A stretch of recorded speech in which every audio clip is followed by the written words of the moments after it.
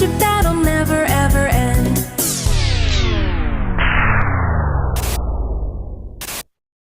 Run!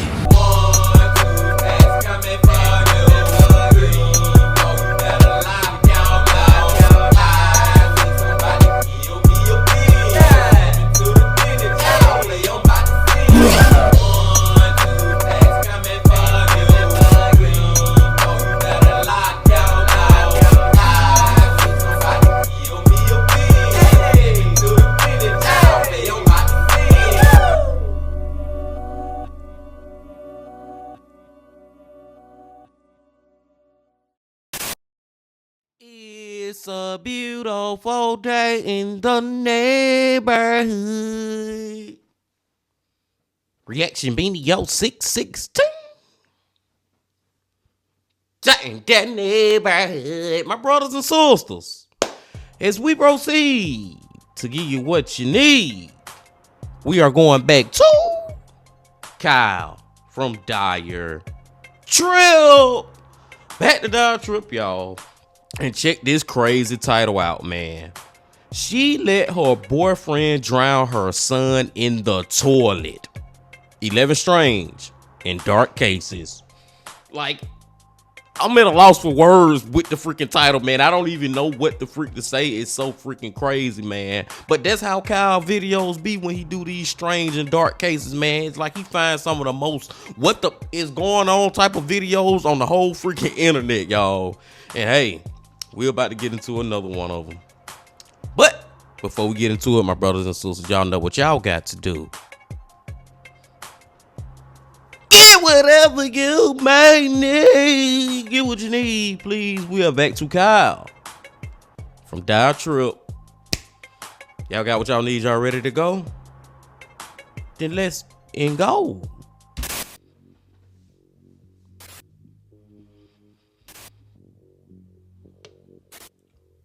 Alright everybody, you know what time it is. It's time for another Strange and Dark Cases compilation. I'm not calling it Strange and Bizarre Cases anymore after realizing how redundant that was. Only took me a couple years. These are the cases I come across while researching other videos that aren't really long enough to be their own video, but are definitely worth talking about. So with all that out of the way, let's get into it. I've kind of accepted with this one that I'm probably not going to get monetized, so I hope you enjoy it.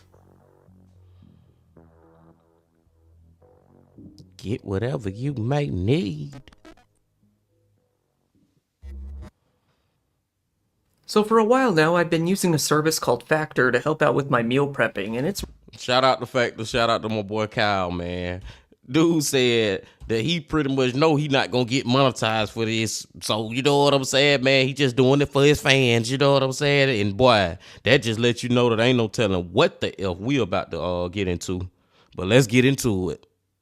Mom lets boyfriend drown her son in the toilet. One morning in December in Arkansas, a grandmother came for a court-appointed visit with her grandchildren. Once she arrived, her problem child daughter told her that her grandson wasn't home. This was pretty confusing, given that the boy was only 5 years old and everyone else seemed to be home. Right after that, her granddaughter walked over to her with a pretty nasty scab across her forehead and seemed like she could barely even walk. The grandma then called the police as she rushed the girl to the hospital. Once she arrived at Forest City Hospital, the doctors were able to determine that she had been severely burned. Their burns were said to have come from their mother, Ashley's boyfriend, Nathan Bridges.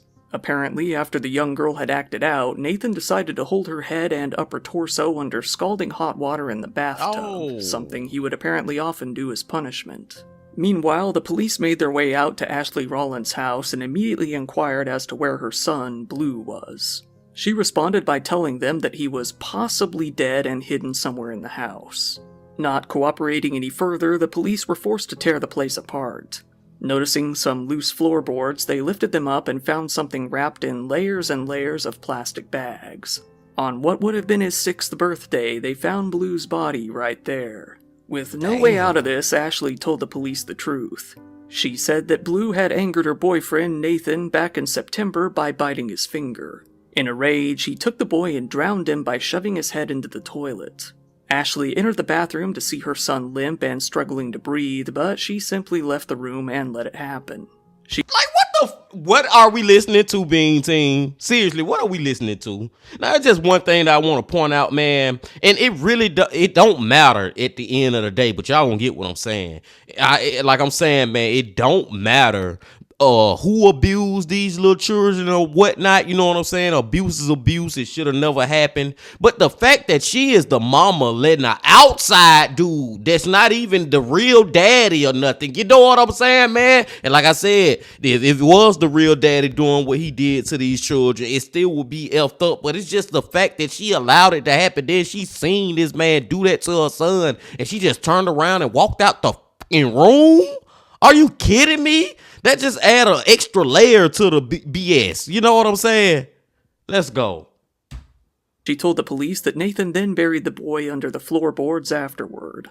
The state police soon made a statement saying, based on initial findings, it's believed that the boy died from injuries sustained in the home. Rowland reportedly told the police her son died 3 months earlier on September 9th, 2022. Another person interviewed by detectives, however, said Ashley told her that she did not know what to do and had buried Blue under the floorboards after he came out of the bathroom with his face/body swelling and foaming at the mouth before collapsing and dying. The state police added that both Ashley and Nathan were charged with capital murder, abuse of a corpse, tampering with physical evidence, and endangering the welfare of a minor. A friend of the kid's grandmother set up a GoFundMe page for both the grandma and the daughter. On the page, she spoke of the daughter's condition after being seized from her mother, saying that her hair had been haphazardly chopped off, she had cracked ribs, many burns all over her body in various stages of healing, and was clearly malnourished on top of it all. Both Ashley and Nathan appeared in court for a hearing and were ordered to be held without bond. A couple saying that they were Nathan's parents have made a lot of noise, saying that Ashley is the problem and that their son is innocent. When it came time for sentencing, Ashley Rowland was given only a 40-year sentence for her part in the murder. Nathan Bridges pled guilty in July to first-degree murder and first-degree battery. He was sentenced to serve out 60 years in the Arkansas Department of Corrections. 40 years, 60 years, man, just get a ass life in prison, point blank period. Both of them be done with it, the end. You know what I'm saying, man? What the F? And then another thing that just stood out to me, y'all, those pictures of the little girl. And this, keep in mind, this is after she have started to recover, so to speak, from the abuse. Like, she had a lot more recovery to go, but I'm just saying, man, this one, she looked a lot better than she actually did when she was standing in the house with them two freaking devils. You know what I'm saying, man? Then rest in peace, her brother. And it's their age, like these pretty much babies, toddlers, 5 years old. You doing something? And it go back to what I was saying too earlier. I don't care if he was 11, but you know what I'm saying? 5, y'all. Come on, man. That's a baby that he did that is to it. I'm just stuck on the part that these not even his kids. How could you allow this man to do this to your children like that? And then the whole, man, goddamn, this shit done started all crazy, y'all. The whole goddamn part about the fact that he was in the house buried under the floorboard or whatever for 3 freaking months. Y'all been sleeping in that house. Man, y'all get what I'm saying. I'm trying to goddamn stay and make sure YouTube don't give me a red flag around here. But y'all know where it was, man. The little boy was buried up under the house for 3 freaking months. I'm gonna leave it at that while they was staying up in there. What the hell? Let's go. Now we've got repeat felon kills old woman to steal car he didn't keep. Out in Seattle, an 80-year-old woman named Ruth Dalton was known around the city as being a pretty beloved figure. She was a grandma who had a small business walking dogs while also volunteering part-time at a local vet clinic. However, her life would come to a grisly end one Tuesday morning. Shortly before 10 a.m. in the road near East Harrison Street and Martin Luther King Jr. Way East, Ruth was driving around in her car like any other day. With several dogs in her back seat, she was on her way to the park to give them all a good walk as usual. However, this was when someone ran up to her driver's side door and began a carjacking. This man threw Ruth out of the car onto the ground, where he then hopped into the vehicle himself and ran her over, dragging her for quite a ways before she ultimately passed away in the street. A whole bunch of people were actually nearby, seeing everything happen with their own eyes. They all tried to rush over to help her, but the whole thing really only lasted a few seconds. One bystander was able to use their baseball bat to try and swing it at the attacker, but they ended up missing and only hitting the car a couple of times. Everyone ran over to Ruth and tried to perform CPR on her, but by the time the ambulance finally arrived, she was pronounced dead at the scene. A few hours later, Animal Control was called out to Brighton Field, finding one of the dogs deceased in a trash can. This was Ruth's own dog, who likely lashed out at the criminal to defend her. Another dog was found, seemingly alive, about a mile away from where the carjacking took place. Not too far from the parked trash can, they found Ruth's car abandoned. Given that the side of the vehicle and the front and back windshields were all damaged, the culprit no longer even wanted it. He simply left it and wandered off.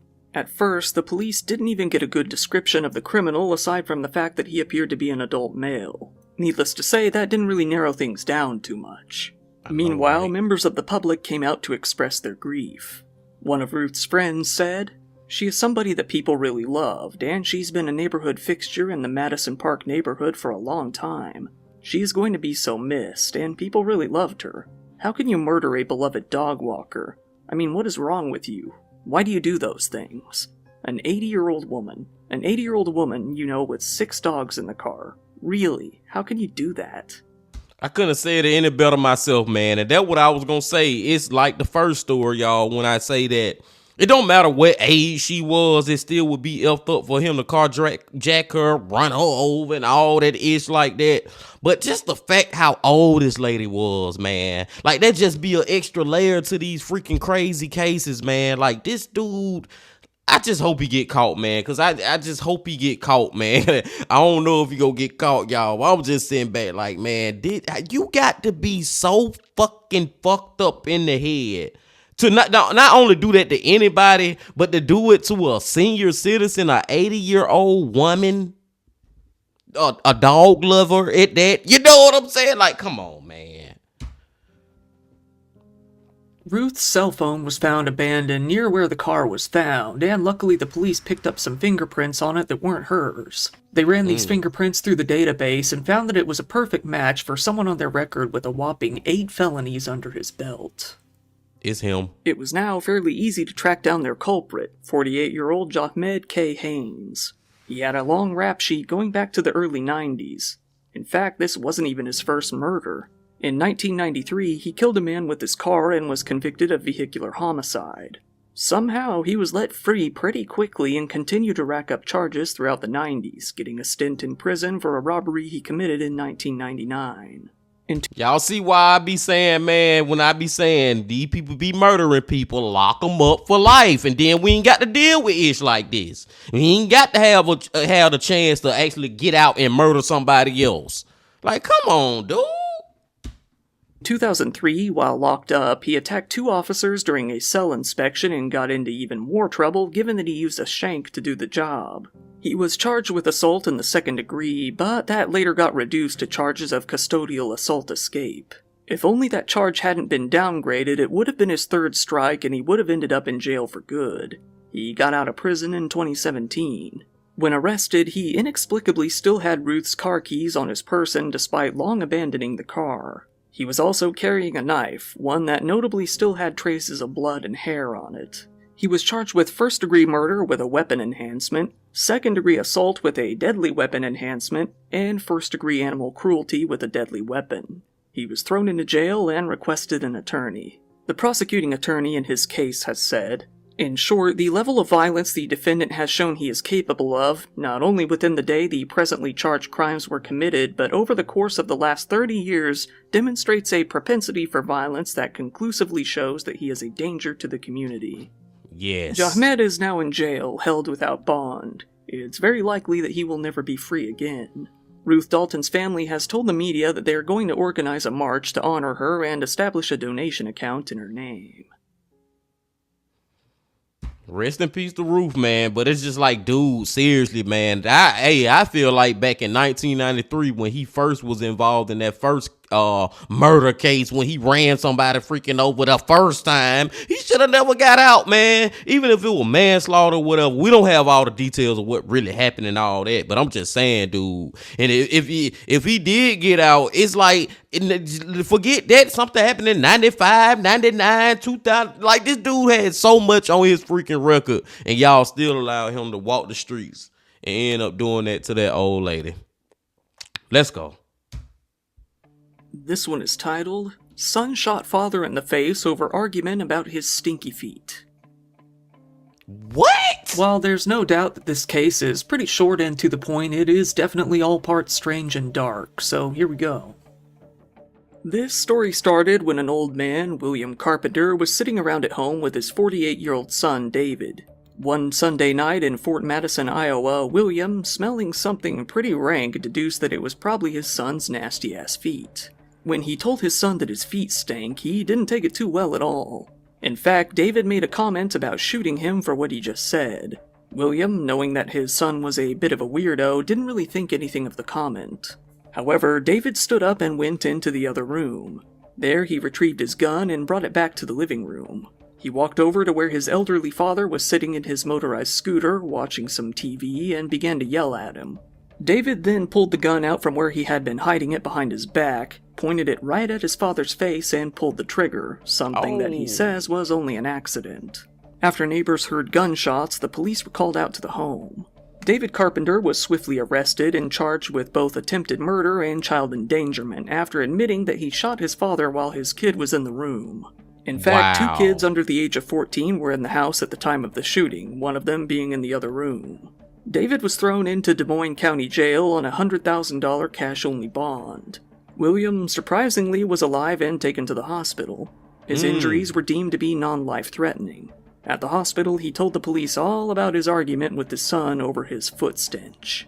David's hearing is all set to happen sometime pretty soon while the police continue to investigate the entire incident. Well, at least his daddy survived it, man. I really wasn't expecting it, but he did survive. Thank God for that. But it's like, dude, how could you get that mad that quick? So your first reaction when you get mad, I'm gonna go get my gun. I'm gonna shoot you in the face. Like, come on, man. Can we do better, man? Can we think about the situation a little bit? And I still feel like he deserves some years in prison, Bean Team. I ain't gonna say give him the life sentence because the dude survived. If he would have died, goddamn it, that's murder. But it's attempted murder, man. So hey, you gotta give him something. Then it's so sad, man. Your son was in the room while you was shooting your father, which is his grandfather. Like, come on, bro. Come on, bro. And here's a doozy. Dentist flew 2,000 miles to have sex with mom and her 9-year-old daughter. Alright, yeah, I'm finna cut this shit off now. I'm done now. We finna, love, peace, and happiness. Stay safe. Don't stop. Keep going. Yeah. I'm finna shut it off, BT, man. Oh, hell no. Oh, hell no. I couldn't have heard that right. Let's go. Here's one that I'll really be surprised if I get away with talking about on YouTube, so I'm gonna have to soften up the wording just a little bit, but I'm gonna make sure you get the gist. Back in October, Homeland Security decided that they would take a page out of Chris Hansen's playbook and set up some actors to play decoy children online in order to catch some predators. One undercover agent played the part of a mother with an 8-year-old daughter. This actor then went into numerous chat groups for people who discussed their, let's say, enthusiasm for incest and child-related material. It was only a day or two before this actor came in contact with a man who later identified himself as Atha. The agent and the man both discussed intercourse with the mother persona and with the fake child. Atha was more than enthralled with these conversations, continuing the talks for nearly a year up until June 14th. He even suggested that this mother give her daughter erotic toys during playtime in order to get used to everything. Atha began to say, "I would love to find a mother and daughter to play with." This was when the agent suggested that Atha come out to Florida to meet with her and her daughter and, well, take the 2 of them at once. Dr. Jason James Atha, a 50-year-old dentist, was so into the idea that he flew about 2,000 miles out to Florida to get it done. He enthusiastically replied with, "I would so love to be a part of that," before hopping on a plane and heading out. He told the mother to have her daughter ready, wearing an outfit for him that was called inappropriate but was never specified. Shortly after arriving, Like, this is sick, man. This is seriously sick what we listening to right now. Like, how do we even think that this is real? Well, it probably is real out there somewhere in the world, y'all. Somewhere in the world, stuff like this do go on. But come on, man. You flew over 2,000 miles, bro. You flew over 2,000 miles, bro, for to go do, and I'm gonna keep it. That's why we just finna move on. Y'all get the gist of it. I'm not gonna go into details either, man. Let's go. Arriving for the planned date in West Palm Beach, the police captured the dentist immediately. In his bags, he was found to have both child-related material and erotic toys. Things got even worse upon investigating the man. While he normally worked for Alpine Dentistry in Boulder, Colorado, they found that he would often travel to North Carolina to do pro bono dental work for both adults and children who couldn't afford dental care. Upon being apprehended by the police, Jason actually grew pretty angry and asked how he could possibly be being arrested and how his conversations with the mother could even be known to the feds. After a bit of pushing, he did admit that he had flown out to Florida in order to watch the mother and the girl together, but denied that he was actually going to do anything himself. The agents got a warrant to search his phone, and there they found out that not only was he a member of much more of these groups than they even knew about, but that he also had more child material on there as well. Jason Atho was charged with attempted enticement of a minor and actually faces a chance of life in prison if convicted, which seems like a sure thing given the evidence. However, Jason has hired himself 2 different expensive law firms in order to get him out of this. It seems that, for the time being, he is free until trial. I mean, just absolutely freaking sick, y'all. I don't even know how people in the world exist like that. Like, how could you look at a child in that manner? Like, how? And like, I'm not finna go into the detail, man, because y'all know I'll get real graphic and go all up into it. That's why I'm trying to walk the line and be careful with my words, man. I'm just saying, though, like, how could you look at a child like that, man, and actually get horny to that? All right, let's go. This is a wild one. Man pulls gun after Burger King worker wouldn't take drugs for payment. Late one October, a man named Eugene Robertson was pulling up to a Burger King drive-thru near the Aurora Mall in Aurora, Colorado, all ready to get his hands on some food. However, there was a catch. He wanted to buy his meal with the good old bartering system. He wanted to hand the cashier some hard drugs as payment for his burger. When this was declined, he got more than a little bit angry. He pulled out a handgun and threatened to shoot the worker if he didn't take his payment. The worker was able to flee, which led to Eugene simply leaving the restaurant. This wouldn't be the only crime he would commit that night in the small Denver suburb, though. Eugene parked his car and went over to a 7-Eleven store across the street. A patron in the store noticed that Eugene was acting pretty weird, saying that he was talking about God and carrying a Bible with a vibrant purple cover. He then went up to the counter and once again pulled his semi-automatic handgun on this clerk for reasons unknown.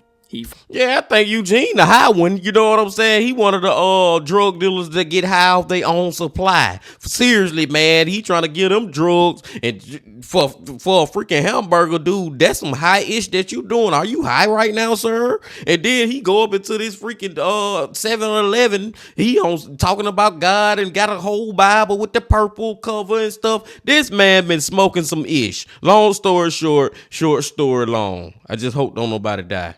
Let's go. Fired a few shots and luckily missed the clerk. The shopper who previously saw him ran out to his car to get his own gun. Eugene then noticed the surveillance system in the store. He shot out the monitor, not the camera, and ran away. Eugene then ran into the shopper who had gone outside to retrieve his gun. Eugene fired about 4 shots at the man, who returned fire with 2 of his own. They both missed each other with every single shot as witnesses watched the chaos unfold. In the fray, the shopper had dropped his phone, which Eugene then picked up, stole, and ran off into the night. Eugene ran over to the apartment complex of a woman he knew. Knowing that he was pretty nuts, the woman refused to open the door for him. This angered Eugene once again, and he fired 2 shots through the door. The multiple people in the home at the time were all left uninjured. Eugene then ran down the stairs to the first floor of the complex and fired another shot into the sliding glass door before leaving. Officers came out to the scene to search for Eugene. He hadn't gotten far, actually. In fact, he simply walked over to the side of the parking lot and jumped into the bushes to hide. The cops could see him and shouted out to him. When Eugene came out of the bushes, the cops shot at him, once again completely missing. They arrested him right there, realizing that he was the same man from Burger King and 7-Eleven that they were looking for. While they couldn't find his gun on him, they did find the stolen phone and a bunch of meth. When being arrested, Eugene told the cops that they had hurt his feelings. He also gave them a fake name, Jermaine Rosenberg, while handing them his ID that showed his real name. It also revealed that he lived in the apartment complex he shot up, just a few doors down, actually. The police also looked him up in the system and found that he had a felony warrant for a weapon possession charge. When the cops asked him what he did with his gun, Eugene said that he was shocked and had no idea what they were talking about. In April, Eugene finally went to trial. The jury found him guilty of 17 crimes, 8 of which were charges of attempted murder. There were also 4 counts of felony menacing, illegal discharge of a firearm, possession of a controlled substance, harassment, and 2 counts of reckless endangerment, and more. The sentences were all to run consecutively, making for quite the long prison term. While awaiting his sentence, he knew that he was facing up to 400 years in prison for his GTA-style spree that night. On August 9th, a county district judge sentenced the 40-year-old Robertson to 143 years in prison. Most of those years were for the attempted murders. A prosecutor said, "We consider this 143-year sentence justice for the multiple victims he put in fear that night. Jurors recognize the severity of the crimes this defendant committed. We believe the judge imposed an appropriate sentence. Even if he gets out on good behavior, half of a 143-year sentence comes out to be about 71 years. Could someone live to be 111? Potentially, but it's still a lengthy sentence and something we're satisfied with. Let's just be glad that this man's accuracy stat is a flat 0%. Seriously, man, I was just thinking about that. That's the best thing about that case right there is the fact that he didn't actually kill nobody because he was damn sure shooting. You know what I'm saying, man? That dude, I'm telling y'all, man, Kyle didn't never say anything about it, but I'm pretty sure that man was high off his own supply. That freaking meth he had, hey, he was mething it up his damn self. You know what I'm saying, man? He had to been on some ish that night or just came back from playing Grand Theft Auto 6. Let me stop it, man. Seriously, though. I'm just glad nobody freaking died, and I'm glad he got the amount of time that he got. We have never got to worry about his ass ever getting back out on the streets. He not going to live to no 111. I'll bet everything I got in my bank account on it. Let's go. And, yeah, this one is, Russian tourist who tried to hump a cow is gored by the animal. Oh. Boy, here's another one where I'm going to have to be really careful with my wording for YouTube, and I'm sure you can assume why, given the subject matter. Well, this story took place when a 26-year-old Russian tourist out in Thailand named Yevgeny Kuvshinov was looking for some fun. Heading out to a random field in southern Thailand, he saw a full-size bull and got a really funny feeling in his pants. He immediately stripped off all of his clothing and made his way over to the animal before spotting a much more enticing cow, a female tied to a fence post. He tried to get down to business on this cow's backside, but the cow was not having it. The cow actually flipped around, threw Yevgeny to the ground, and shoved its horn up his butt before attacking him even further. Some locals, already seeing this naked Russian running around their fields, knew something was bound to happen and had already called the police. The police arrived, hearing his cries for help as the cow continued to beat him up. Photos were taken of Yevgeny lying on the ground, completely naked as the cow continued to pummel him, all while the police tried to get him free. This got to be the most embarrassing video ever. You know what I'm saying, man? Like, dude, bro, this is just past embarrassing for this guy. But he's so freaking crazy and out of his mind to even be doing this. So I don't even think he's embarrassed by it. But this is just ridiculous, man. I gotta be careful with my words too. Y'all know I want to go into detail, but I ain't finna say all the craziness. Nope. Let's go. He finally managed to get the cow to calm down and got the man onto a stretcher, on his stomach, for pretty obvious reasons. He had to be treated for his now gaping booty hole and various other cuts and bruises all over his body. The police said, "We found cannabis in his car, so maybe he was high?"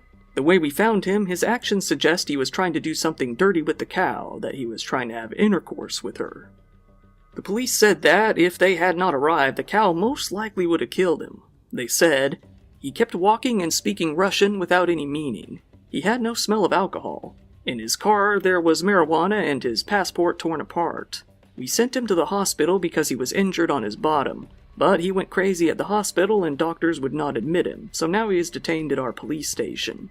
Now we are waiting for the tourist police and the immigration police to work on it, then we can conduct an investigation.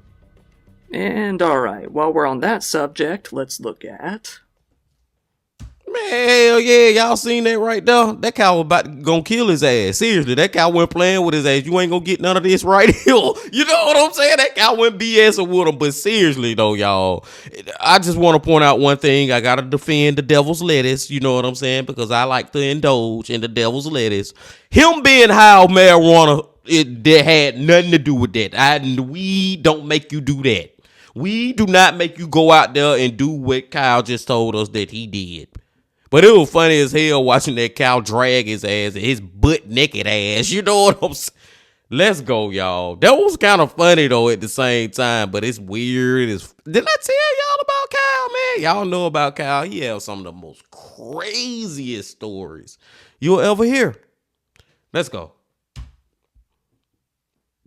Woman who was filmed performing an erotic act with a trout faces court. This story is about a very strange middle-aged couple, Ashley David Hallam, 55, and his girlfriend, Catherine June Lee, 58, out in New Zealand.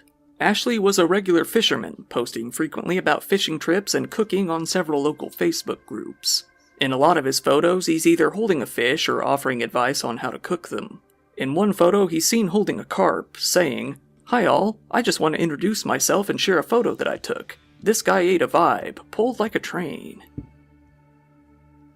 However, these two avid fishers were no stranger to performing some pretty strange, frankly creepy erotic acts. They would record each other doing all sorts of taboo things, like having hardcore relations on top of a stranger's grave. Well, that brings us to this story. The couple were found with a video of them engaging in some of these creepy acts with a trout that they had just caught. Let's just say that Ashley was putting some trout lips to lips. This video somehow leaked online and made its way to the police. The police called the act nothing short of depraved. It wasn't too long before the couple were tracked down and arrested. The two were charged with 2 counts of making or reproducing a bestiality product and 3 counts of possessing a bestiality product. The police had to remind the public that it is indeed illegal to own this kind of material. Both of the couple have since gone to court but haven't entered any sort of plea yet. Catherine Lee has been trying to get an adjournment without entering a plea, actually. This was granted until October. Meanwhile, the couple were also charged over a second video that was found during a search, that of the two engaging in some fun on top of the grave of the famous painter David Hammond Chapman at St. Mark's Anglican Cemetery. Like, which one y'all think weirder, y'all? Them having sex on top of literally someone's grave, or the whole trout thing? Like, I don't even know, man. Both of them are just out of here. And I'm just sitting back like, dude, how in the hell a couple find each other like that? How do one person have these kinks or fetishes or whatever, and then you meet somebody else who into the same type of ish? What is the chances of that? That shit not normal, man. So it seemed like the chances would be 1 in a million that 2 people will find each other that like to have sex on top of somebody's freaking grave. But I guess there was that 1 chance out of 1,000,000 that it happened. Let's go. At the end of the video, Catherine even mocked the dead in the cemetery after finishing, saying, "To the souls of the faithfully departed, may they rest in peace." To make things even worse, it turns out that Catherine worked at Kingston Animal Hospital. Well, workers at the hospital were very quick to denounce her and fire her.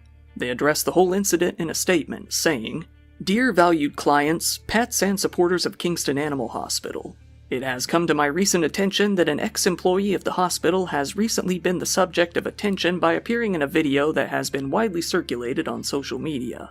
Please understand that this person is no longer a paid employee, has not worked at Kingston Animal Hospital for over 5 years, and over 10 years ago as a full-time employee." And now, while we're on the subject of New Zealand, Yeah, that's just one where I just sit back, y'all. Like, how in the freak do two people meet like that? Like, when they first starting to date each other, you know, they in each other DMs. Do somebody be like, "Hey, you like to go to cemeteries and have fun?" Like, what the? How did that even happen, man? Or maybe one person just persuade the other person to start doing it. I don't freaking know. I'm not even that. That's one of those times where I'm trying to understand or put myself in the shoes or understand the mind of these crazy mother, you know what? It ain't even worth it, man. I don't even want to think like them. That is crazy. Let's go. New Zealand charity unknowingly distributes meth-laced sweets. This strange story started when a charity organization, Auckland City Mission, said that several of their staff members had taken a bite or two of some candy that had been donated, and they all started feeling pretty weird, noting that the candy tasted funny. The chief executive of the charity, Helen Robinson, then took some of the other candies and sent them to the New Zealand Drug Foundation for some testing. This showed that there was so much meth in the candy that it was potentially lethal in some of the pieces with a particularly high concentration. In fact, in one small piece of the candy alone, they found 3 grams. One lollipop contained about 300 average doses of meth in one. The police immediately came out to warn anyone about eating any Rinda's yellow pineapple flavor candy for the time being. They said that this matter was deeply concerning and that they would be cooperating with Interpol on the case, something that could end up taking quite a while. In fact, they still aren't even quite too sure of the spread. They found about 16 packets of the candy so far, with each packet containing about 20 to 30 various pieces of candy, saying that about 400 different people who might have taken the packs have been contacted by the charity and the police so far. All they really know is that the candy was probably donated in mid-July, but they still aren't even too sure where they came from. They were all donated anonymously in sealed retail packages, making them very hard to track. So far, at least 3 people, including one kid, ended up in the hospital after ingesting the candy. Luckily, they're all fine now. What makes this all even more confusing is how expensive this really would have been to pull all this off. With the amount of drugs that they had put into the candy, each single piece of candy could have been about $600 on the US market. Well, street value anyway. Whoever did this must have been pretty motivated, because a rough estimate of all the candies put together comes out to about $240,000 US. Man, whoever did this gotta be a rich crazy mother. You know what I'm saying? This is one of them Diddy, Vince McMahon type mother. You know what I'm saying? Like, got all the money in the world and decided to do some evil-ish with it. Like, dude, you spent that much to try to get little kids high off meth, and not even just little kids, adults, and not even just high. You trying to kill them with it because 3 freaking grams in one of the freaking lollipop thingies, dude, that is a lot of fucking methamphetamine, man. Then you know most of these people who taking this candy, they have never even had this in their life before. Like, oh my God, man. It make you, hey, Halloween coming up, Bean Team. Make sure you check your kids' candy before they eat it. Long story short, short story long. And now we've got Illinois school worker gets 9 years for $1.5 million chicken wing heist. Now here's one that you might have seen in the memes pretty recently. I personally didn't believe it was real myself until looking into it because it's just so damn dumb. But here we are. This is the story of a woman named Vera Liddell, a 66-year-old lady who had been working for the Harvey School District 152 out in Illinois for more than 10 years. Vera used her position to carry out an impressively large-scale crime that still wouldn't come to light for quite some time. Yep, I heard of this story before, y'all, but I don't know all the details for real. Let's hear Kyle give the real details of it. The school district consists of 6 schools where 80% of the students are described as being below the poverty line. Back when Corona started, the school started implementing distance learning, letting the kids study from home.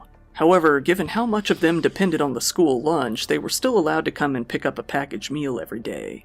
This is where Vera, in charge of placing orders with their food supplier, came in. From July 2020 to February 2022, she placed orders for chicken wings for all of the students alongside the food they would get normally. But here's the thing. The school district actually had a rule against serving anything with bones still inside to the kids, so this wasn't something they could have even ordered in the first place. Well, those chicken wings weren't going to the kids anyway. Vera would go out and pick up the oodles of chicken in an actual cargo van, never actually delivering a bite of it to the kids as she continued to bill the school for the food only to ultimately keep it for herself. She got away with it too, until the school district realized during an audit that they had gone over $300,000 over budget.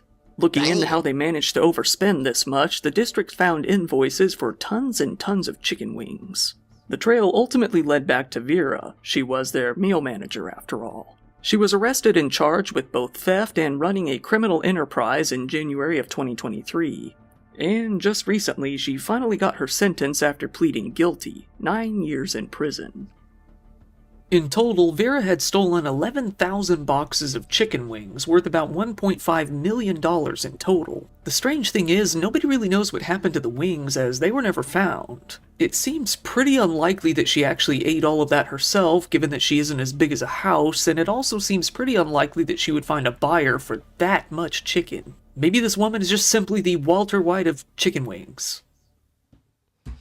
Like, I seriously don't know what she was doing with all that chicken, man. 11,000 boxes. Like, who could she have legitimately been selling that to? Legitimately, whatever the freaking word is. Who the freak could she have been selling that to? Like, I'm not talking about Walmart, Publix, Winn-Dixie. Like, no, them people not gonna go do a backdoor deal to get these chicken wings. If anything, she pull up in a Walmart telling them, hey, man, I got these chicken wings in the car, man. They gonna freaking goddamn call the police on her ass. So what the freak was she doing with all that chicken? Unless, and this may be a crazy theory, but I know y'all go kind of understand that maybe this was happening. There are, I'm pretty sure where y'all at, just like where I'm at. There are like mom and pop shops, so to speak, man. And I'm really talking about like fast food restaurants, like wing restaurants and places like that are more like family owned small businesses within your own town or city. Now maybe they was doing backdoor deals with her getting the chicken. I don't freaking know, man. Then she elderly lady doing some crazy ish like this. $1.5 million worth of fucking chicken. Seriously? Let's go.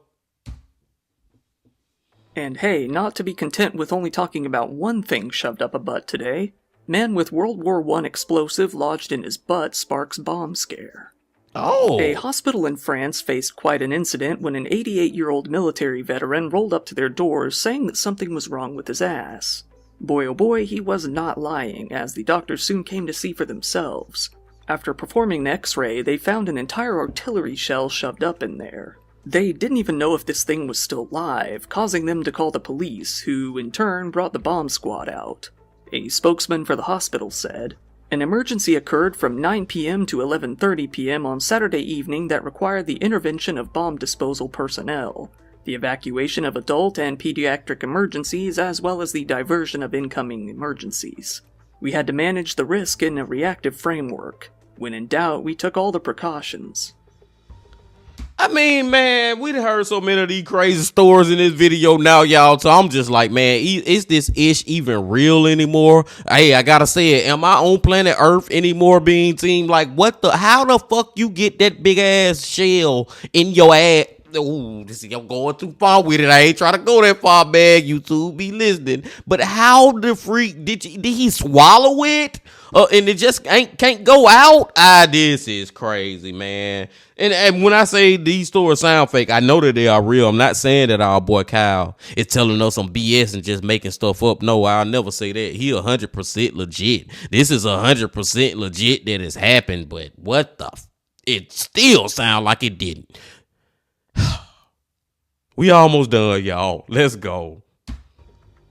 When the bomb squad arrived on scene, they found out that, luckily, the chances of the shell exploding upon being removed were actually pretty low. They said that the shell was a collector's item from the French military in World War I and was pretty likely no longer live. So, the fearful doctors began the process of excavating the man's booty hole in order to dig out their boom boom. The thing was about 8 inches long and roughly 3 inches wide, making for quite the, spread. It was determined that he stuck it up in there simply for the pleasure of it.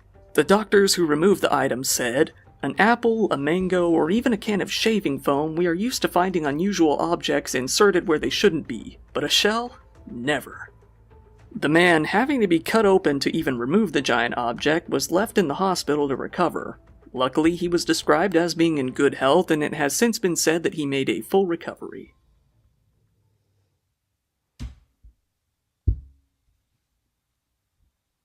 I ain't got nothing to say, man. I ain't got nothing to say. Let's go, Bean Team. Let's go. I ain't got nothing to say for that one. Let's go. And now, nurse claims hospital hypnotized her into farting uncontrollably. What? And here we have one of those beloved, not really a crime but a lawsuit type stories that a lot of you out there and me really have come to enjoy. Well, this one takes us out to West London, where another woman was also having trouble with her butt. A woman named Zandra Sampson was fired from her job at Ealing Hospital, so she decided to sue for a wrongful dismissal. Her claims were nothing short of bizarre, saying in the lawsuit that she was possessed, her private parts were being attacked, and that she was being gaslighted by low-frequency sound waves. It is unclear if she actually knows what gaslighting is. In the statement, she wrote, "I would like to report an observed pattern of likely inappropriate use of hypnosis/idiometer phenomenon in my National Health Service workplace." She spoke of idiometer phenomenon, which is the technical term for when people move objects subconsciously, like on a Ouija board. She added that, because of this, she had been hypnotized into farting, saying, "In the last 3 months that I have worked in the department, I have experienced odd symptoms which I think is likely related to the above phenomenon.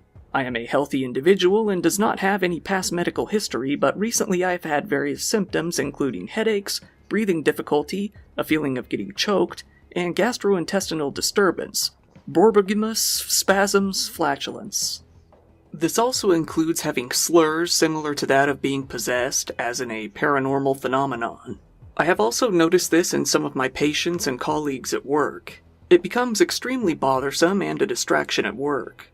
It also involves a feeling of being attacked in various parts of the body, including that of one's private part, which I feel is very inappropriate." I had to look up what borborygmus, apparently you pronounce it, is, and it's a rumbling noise made by gas in the intestine. She then claimed that the building's heating and ventilation systems left her in an altered state of consciousness. Then she claimed that the hospital was gang-stalking her, adding, "Recently, I have seen a van in the parking lot near the area where I work that carries what appears to be audio equipment. This also extends when I am at home. I have had sleep disturbances in the last few months, having waking episodes due to the above symptoms." Like, is this lady even serious, man? Like, is she serious with all these statements? Yes, I think she is, and that's the scary part. That's the part where I feel like the authorities, whoever that this need to go to, man, long story short, short story long, we need to put an eye on this lady and get her the help she need before she end up just showing up to this hospital one day and killing everybody. You know what I'm saying? Like, she effed up in the head, man. Y'all need to pay attention to this ish. This lady is crazy. She added that anytime she brought these problems up to her supervisors, they said that there was nothing they could do, likely very confused. She said, "I am concerned this is an act of serial bullying and stalking with harassment, and my lack of consent to be made a subject of this practice is a form of assault." The head of nursing at her hospital said this of her claims. The letter was very disturbing because of the way Miss Sampson explained the experiences she was having. It was very difficult to understand what she was saying at some points, and she was expressing some very unusual beliefs within the correspondence, including that she was being subjected to idiometer phenomenon in the AMU. From the letter, it was clear to me that something was not quite right, and I had concerns that Miss Sampson might have been suffering with her psychological and/or physical health.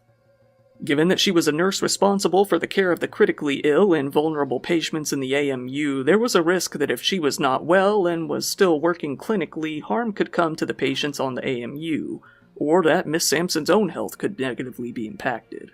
While Miss Sampson had indicated that these were legitimate patient safety concerns, my preliminary view was that these events she was discussing were symptoms of ill health.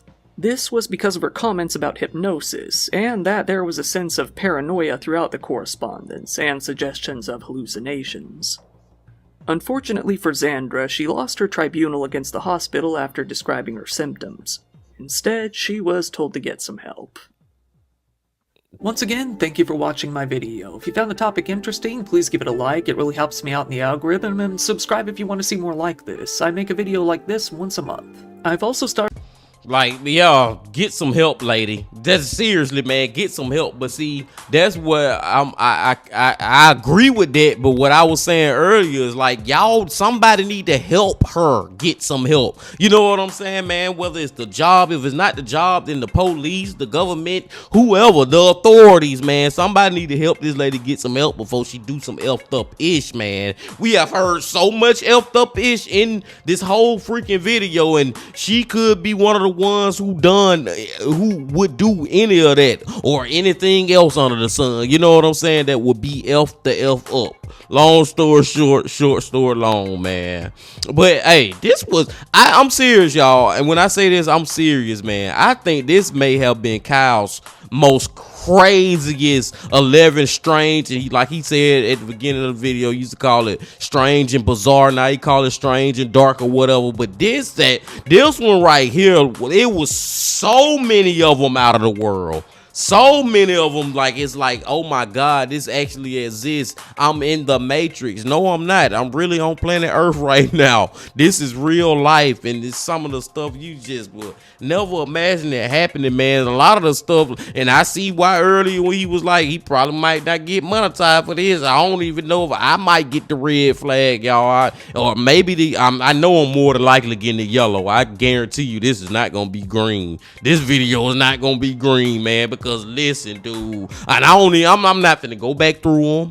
All I'm saying is there was a lot of CP craziness in this. There was a lot of murder craziness in this. There was a lot of bestiality craziness in this. Like, there was a lot of drugs used in the most crazy way to try to get I'm talking about the lollipops now, you know what I'm saying, type of way to get just the general public high to the point they may die. Like, man, this one here had all type of stories, y'all. Great freaking video from Kyle, man. Great video from Kyle. But I digress. I'm gonna go let y'all go, Bean Team. I appreciate y'all coming on back as always. And before you leave, as always, just please hit that like button, comment, subscribe, and do all that if you ain't did that yet. And remember this: love, peace, and happiness. Stay safe. Don't stop. Keep going. Yeah.